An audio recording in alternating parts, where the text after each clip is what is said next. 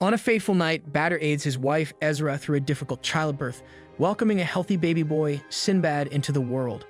As the boy's birth sends waves of a powerful human being throughout the world, Badr names his child Sinbad, the man who will eventually come to rule the seven seas. After serving in the Parthivia Empire as a warrior and being hailed as a hero, Badr retires to his village Sassan to be with Ezra and Sinbad.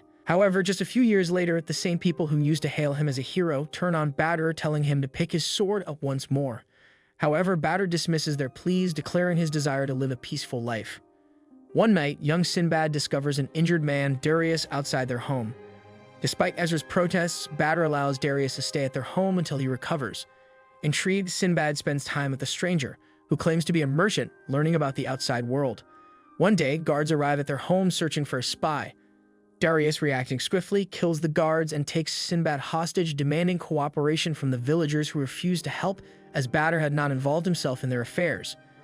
Badr appears and begs Darius to release Sinbad, but realizing that he's not going to comply, he kills Darius to save Sinbad. Captured by the guards, Badr is tortured and forced to join the front line. Before being taken away, he shows the horrors of war to the villagers, asking if they'd like their loved ones to suffer like him.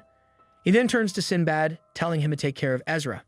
A few months later, Badr is killed on the battlefield and only his sword is returned to his family. Amidst the battle between the nations, an ominous structure known as a dungeon suddenly appeared. Thinking that it might contain the power to win the war, everyone strives to clear it. Sinbad, now 14 years old and seeking work, defends a cart from bandits one day. In doing so, he encounters a peculiar traveler named Yunan, whom he invites to stay at his home. Sinbad introduces Yunan to his bedridden mother, Ezra, whom he has been caring for. The following day, while Ezra and Yunan converse, a woman rushes to them, telling them that Sinbad is in trouble. They find Sinbad pinned down by soldiers led by Drakon, demanding his compliance with drafting orders. Sinbad refuses to join the army, leading Drakon to threaten harm to his sick mother and the village if he doesn't comply with the orders. He further reveals that Sinbad will be part of the group sent to clear the dungeon. After the soldiers depart, Yunan urges Sinbad to venture into the dungeon, seize its power, and become a better king before vanishing into the air. That night, Sinbad confides in his mother about his decision. Instead of stopping him, she gives him Badr's sword, encouraging him to follow his heart. As Drakon prepares his men for the dungeon expedition, Sinbad declares that he will claim the power for himself and rushes in alone, while getting teleported to a random location inside the dungeon. Sinbad finds himself in a vast open dungeon teeming with dragons and monsters. Hearing the cries of men, he rushes to save Drakon's party from the dragon onslaught.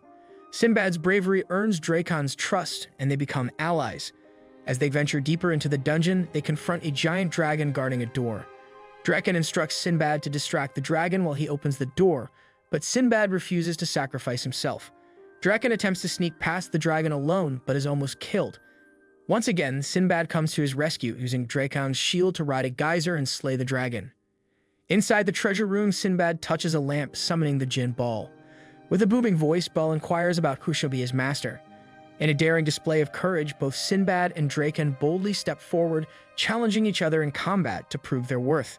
Sinbad and Drakon engage in a fierce battle, each driven by their unwavering passion for something dear to their hearts. Ultimately, it is Sinbad who emerges triumphant, claiming victory and ultimately Baal's allegiance.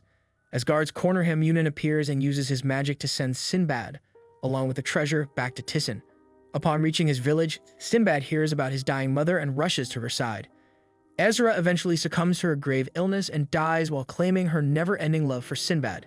Rendered a traitor, Sinbad decides to leave the country and embark on a journey to build his ideal kingdom, seeking like-minded companions along the way. On the other hand, the world is flooded with more dungeons, creating a new era of dungeon capturers.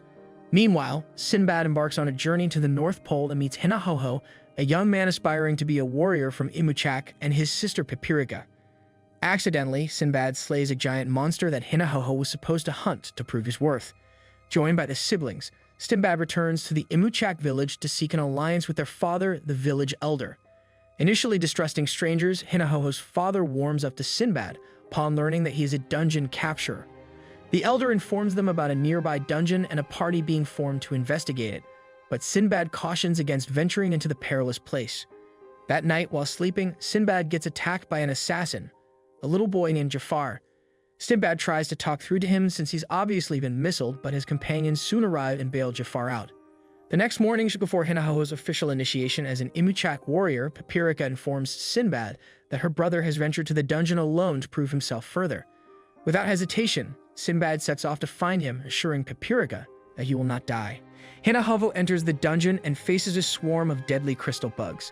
Escaping them, he encounters the dungeon boss, a giant crab. As he's about to defeat it, Drakon and his group arrive, killing the crab and seizing the key. Hinahoho challenges them but is overpowered and saved by Sinbad. Seeing that they are outnumbered, Hinahoho grabs Sinbad and escapes into the river while the rest continue to the treasure room. Inside the treasure room, they meet the Djinn Valefor, who recognizes the mage alongside Drakon as an old enemy and instantly crushes her. He tells the rest that they all will be competing against each other to see who's worthy of being his master. Right at that moment, Hinahoho and Sinbad also arrive, both expressing their determination to win. Valefor presents them with a cat and tells them that whoever captures it will win. However, if none of them is able to do it before the time runs out, they will be stuck here forever. Initially trying to capture the cat on their own, they all rally behind Sinbad's idea, who proposes to work together to capture the cat while he stays out and supervises them. They all corner the cat and leap at it at once, trying to claim the victory for themselves. However, the cat jumps straight into the air. Sinbad grabs the opportunity and quickly catches the cat in midair. He turns to everyone else and tells them that their greed for power was leading them astray and expresses his desire to form a new kingdom, mesmerizing them with his dream. The assassins, including Jafar, start to consider siding with him when suddenly a curse takes over them, transforming them all into a giant demon. Drakon tries to shoot the demon dead, but Sinbad steps in front of him, telling him that he will not let his friends die. As the demon attacks Sinbad, the mage whom Valefor had killed reappears and steals Sinbad's sword. She turns to Drakon and uses her power to communicate with his brother, who tells Drakon that in light of his constant failures, he's been cut off. Valefor instructs them to pierce the demon's heart to break the curse. While Sinbad distracts the demon, Hinahoho seizes the opportunity and pierces his heart, freeing everyone. The mage tries to escape, but Sinbad defeats her and reclaims his sword. They rush to their friend's side and ensure they are all right, but Jafar begins to transform again into a demon. Sinbad, without any hesitation, shoves his hand into Jafar's curse as he's about to transform and enters his mind. He finds young Jafar on the edge of giving in to evil, but Sinbad hugs him, telling him that he will always be there for him, dispelling the curse. Having cleared the dungeon, Valefor asks them to choose their king. Recognizing Sinbad's leadership, they all agree to have him as their king, and the dungeon vanishes, leaving only its treasure behind. Drakon decides to return to Parthivia, but the assassins, including Jafar, choose to stay with Sinbad and support him on his journey. Hinahoho, now officially recognized as a warrior, marries Rurumu, the village chief's daughter, and they both join Sinbad's expedition. With a new ship and loaded cargo for trade, they set sail toward their next destination. During their journey as merchants to the Reem Empire, Rurumu diligently instructs Jafar and Sinbad in proper etiquette, dealing with people and conducting business. Setting up their shop, they attract attention with their unique goods, but are soon informed by guards that they need approval from the Reem Merchants Union. Agreeing to comply, Sinbad decides to close the shop, but a man approaches him and offers to buy all their stock. Excited, Sinbad agrees and sells everything to him. Later that night, they discover their goods being sold at much higher prices in another shop. Although disappointed, Sinbad sees this as a valuable lesson. Sinbad sends the others back to Imuchak to gather more goods while he stays to get approval from the Union. During a chance encounter, Sinbad has dinner with the same man who purchased his goods. The man reveals that Sinbad's goods were unique, but he failed to realize their true value, so he bought them for an advantage in the market. Sinbad proposes an alliance and impresses the man with his powers and storytelling. The man asks about Sinbad's main goal, and he shares his dream of creating an ideal kingdom. However, the man finds it immature and tells him that if he can raise 1,000 gold coins by the end of the month, he will write him a recommendation for the Union and formally consider him as his comrade. 1 month later, the man returns to the city and notices Sinbad as he enchants the crowd with his storytelling skills, earning money. After the play, Sinbad asks for more time, but the man's guard surprises him by handing over a sack of gold coins on his command, introducing the man as King Rashid of the Balbad. While Sinbad waits for his companions to arrive with more goods, King Rashid tells him that he still needs to earn money for his shop and pay for its advertisements. Since his stories are so good, he suggests Sinbad to perform in the theater to raise enough money. Sinbad's performance became an instant sensation amongst the local populace, and each of his plays sold out immediately. Despite that, Sinbad felt sad for the people who couldn't get in to see his show. Noticing the gladiator arena in a corner, Sinbad decides to have his next play there, allowing more people to listen to his stories. When the rest of Sinbad's companions arrive at Rem, they are shocked to see how much he has accomplished in such a short amount of time. From getting into the Union as well as purchasing a massive shop for them. Sinbad tells them that this can be their base from where they operate as they expand into the world. Before he leaves, King Rashid suggests Sinbad publish his stories as a book. Soon after, Sinbad wrote an autobiography as recommended by King Rashid, which quickly turned into a classic. With their base established, Sinbad, Hinahoho, and Jafar travel to the highly religious Sassan kingdom, where outsiders are treated as heretics. They are denied trade and told that establishing a relationship with the Sassanites and their leader, Darius Liaxes, is their way to establish friendly relationships with the nation. After a while, Sinbad spots Darius and his knights entering the city and tries to get their attention, but he doesn't even bat an eye toward him. Sinbad heads over to their guard and tries to get in, but is quickly chased away by the guards. During dinner at a special inn made for outsiders, a young boy named Mr. Liaxes approaches Sinbad, expressing his desire to venture into the outside world. Sinbad captivates Mistras with stories and shows him his dungeon capturer powers. Mistras, even more determined to leave, faces his father and expresses his desire to venture to the outside world, but Darius simply slaps him across the face, reminding him of his duties as a knight of Sassan. Mistras, angered by his father, asks Sinbad to take him along, but Sinbad believes he must resolve the situation first. Sinbad encounters Yunin, who reveals that Darius is also a dungeon capturer. Curious, Sinbad heads to the main building, where Mistras undergoes a trial to leave the knights.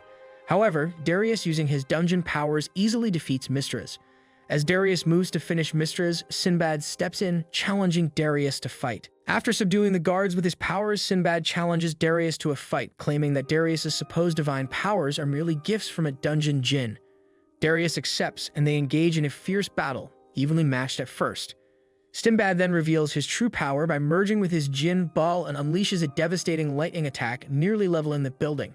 As the dust settles, everyone notices that both Darius and Sinbad have disappeared. Outside the city, Sinbad apologizes to Darius for acting out and explains to him that he held back during the fight for fear of destroying the entire kingdom with his full power. Demonstrating his immense strength by annihilating an entire mountain range in the distance, Sinbad reveals his desire to create an ideal kingdom and unite powerful allies to face the growing dungeon threat. Darius agrees to join Sinbad's cause, and they return to the city, where Darius announces his alliance with Sinbad. Before departing, Mistras is encouraged by his father to pursue his dreams and become an ambassador for Sassan in the outside world. With Mistras as their newest crew member, Sinbad's group sets their sights on the kingdom of Artemira as they have finally been allowed to enter one of the most secluded kingdoms. Sinbad and his companions reach the kingdom of Artemira, led by women and hidden within a vast forest with a narrow passage as the only entryway. As they venture forth, a colossal bird flies by with two girls riding it. After docking their ship, they continue the journey on foot despite the scorching heat that Hinahoho and Sinbad find difficult to bear. After a full day of trekking through the mountains, they finally arrive at the main city and head to meet Queen Mira Diana's Artemira. Upon meeting, Queen Mira inquiries about Rurumu, whose letters she had received. Learning that Rurumu couldn't come due to her pregnancy, Queen Mira dismisses them immediately, having no interest in dealing with men.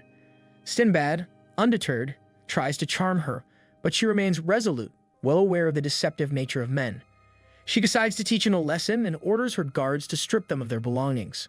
The guards then take them to the dreaded Valley of the Dead and throw them into the river below, keeping Hinahoho tied up for later experimentation. To their surprise, Sinbad, Jafar, and Mistras survive the fall and wake up in the barren valley. With nothing but leaves to cover themselves, they explore the desolate surroundings, feeling despair creeping in.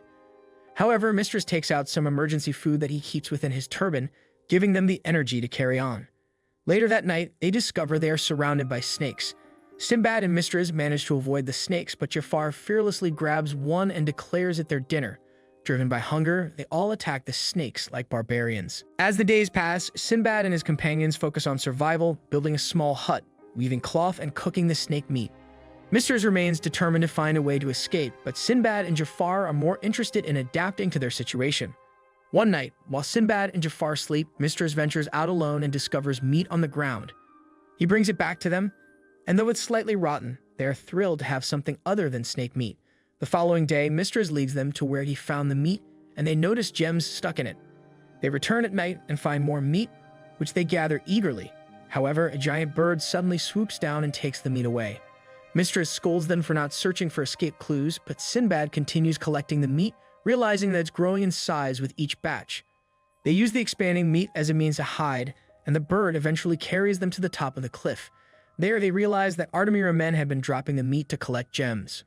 After borrowing clothes, Sinbad heads straight to Mira's chamber and reclaims his weapons, angering her. Mira wields her spear and uses Jin's powers to battle Sinbad. Observing Mira's ability to counter Bal's attacks, Sinbad uses Valefor Jin equip. With this newfound strength, he unleashes an icy assault and employs illusions to wear down Mira.